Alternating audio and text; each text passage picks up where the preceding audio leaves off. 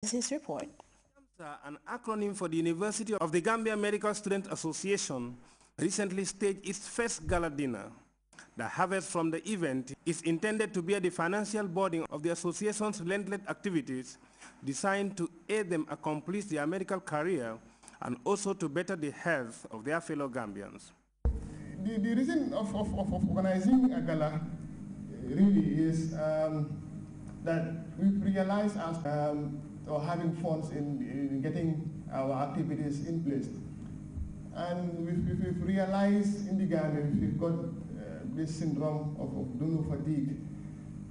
Mr. A will go to the same company, Mr. B will go to the same company, up to Mr. Z.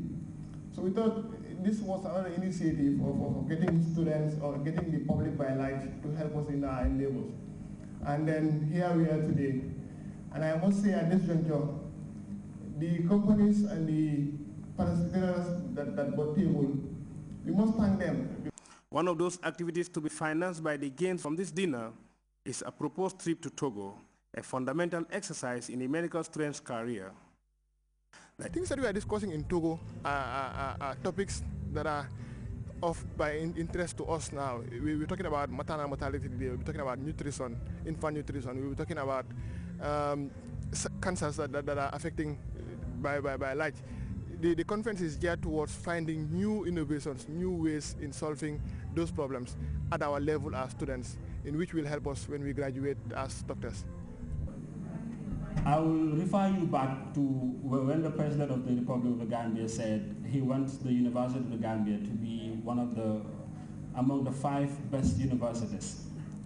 I don't think he meant the university to look good in terms of infrastructure. But I think he was referring to the products of the University of the Gambia to be of world-class professionals, world-class doctors. The event was reasonably patronized by institutions and individuals. This development was preceded by a symposium organized by the association where an array of issues relevant to the development of women were showcased and discussed. Key among them was breast cancer, female genital mutilation, and maternal mortality. Louis Mendy, GRTS. More than 1,000 households have received mainly food items from a charity funded by the leader of the United Arab Emirates, Sheikh Khalifa bin Zayed Al Nahyan. Fatou Jassi reports the handing over of the food items comes days before the commencement of the Muslim holy month of Ramadan. Days to go before Muslims enter the holy month of Ramadan, an Islamic charitable organization has distributed food items targeting more than 1,000 households. The Gambia Islamic Union coordinated the distribution of a package of 5 kilograms of rice and sugar, 5 liters of oil and 10 tins of milk each to the households at the Institute's headquarters in Talinding, Kunjang. The consignment comes through the support of Sheikh Khalifa bin Zayed Al Nahyan Charitable Foundation. Imam Cherno Dabo of the Gambia Islamic Union expressed gratitude to the donor for the gesture. Various speakers, among them Imam Sirif Bajan and Abdullah Fati, Imam of the State House Mosque, commended the President of the United Arab Emirates.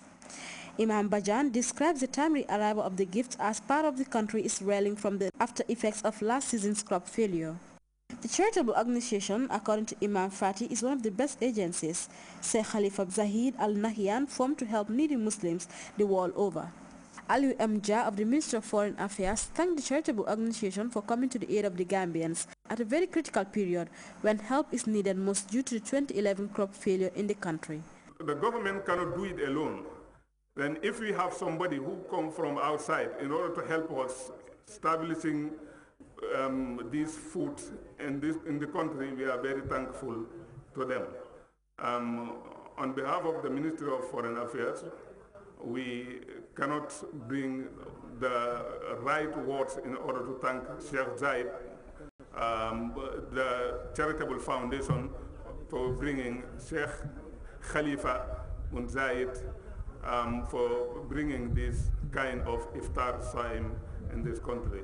The distribution was witnessed by imams, government officials, and a cross-section of Muslims. For GRTS News, I am Fatou Jassi. The National Patriotic Students Association on Friday launched the third NAPSA Welfare Club at Gambia Senior Secondary School. GRTS's Aisotomane has details in this report. To drink from the well of knowledge, you will die in a desert of ignorance. A word is enough for a while. Members of the student group NAPSA Friday joined their colleagues in the Gambia Senior Secondary School for the launch of a new NAPSA Student Welfare Club. Since its inception at the dawn of the new millennium, the student group has been at the forefront of promoting discipline among students. That are solving the problems of youth. It is that because the youth understand the problems of the youth and therefore they know how to solve it. And that makes me very much interested in this association NAPSA.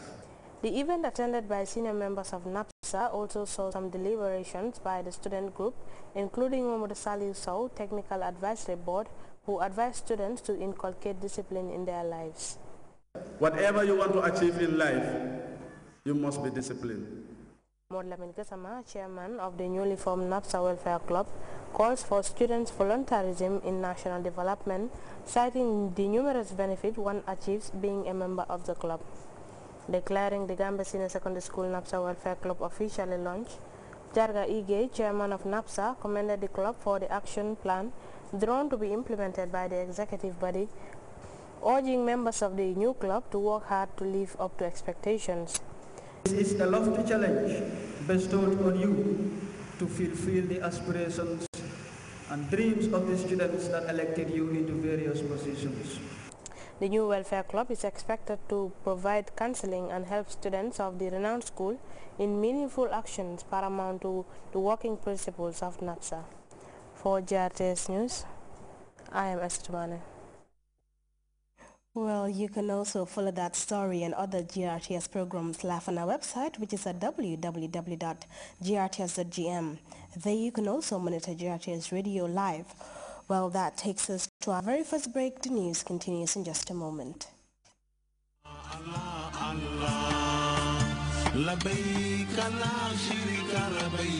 It's traditional that your national GSM provider, Gamcell, takes many of its valuable customers to Mecca each year. This year again, Gamcell will offer 10 more of its valuable customers a complete Hajj package in a draw to be held live on GRTS television. Yes, your Hajj is possible by simply loading $50 in scratch card or Nopal. You can win not only a return ticket to Mecca, but also $1,000 travel allowance, food and accommodation in Medina and Mecca.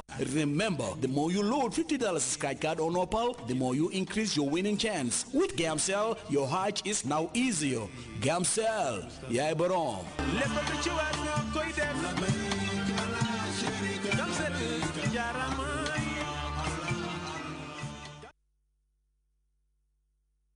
Welcome back. A prominent Malian journalist is recovering from injuries he sustained after he was kidnapped and beaten by unknown assailants. Sauti Haidara is the editor-in-chief of Malian Daily Independent newspaper. Haidara was kidnapped in a daring raid on his offices in Bamako by gunmen alleged to have been government soldiers. The prominent journalist was later released, but not after being severely beaten by his kidnappers. We have details in this report. It was late afternoon when Sauti Haidara was kidnapped right in front of the offices of the independent newspaper where he is a head editor. Employees and neighbors got involved, but the kidnappers started shooting to disperse them. The head editor was taken in a pickup truck outside of Bamako where he was beaten up for several hours. 3 of them aimed their weapons at me, while 4 or 5 others began to hit me with their rifle butts and with clubs. They were also kicking me in the ribs.